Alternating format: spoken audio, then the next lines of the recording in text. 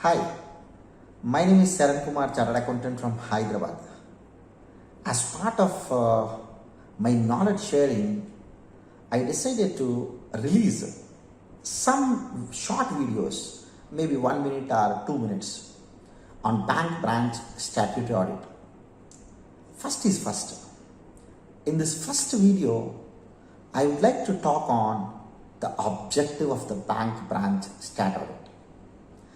If you look into the overall objective of the bank audit, that is for two things. One, to have the transaction testing. Two, to provide the inputs to the central statutory auditors. On what?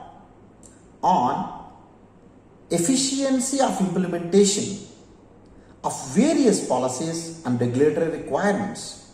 That may include system efficacy, assurance functions, and so on.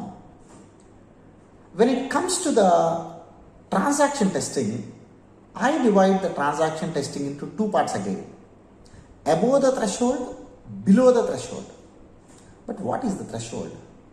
Threshold with respect to the advances defined clearly in the long form audit report under section 5. Let's say if a branch is having 80 crore rupees as an advances, that includes funded plus non-funded. 10% of the 80 crore is 8 crore, or 10 crore is the limit defined in the LFR, whichever is lower. In this case, 8 crore.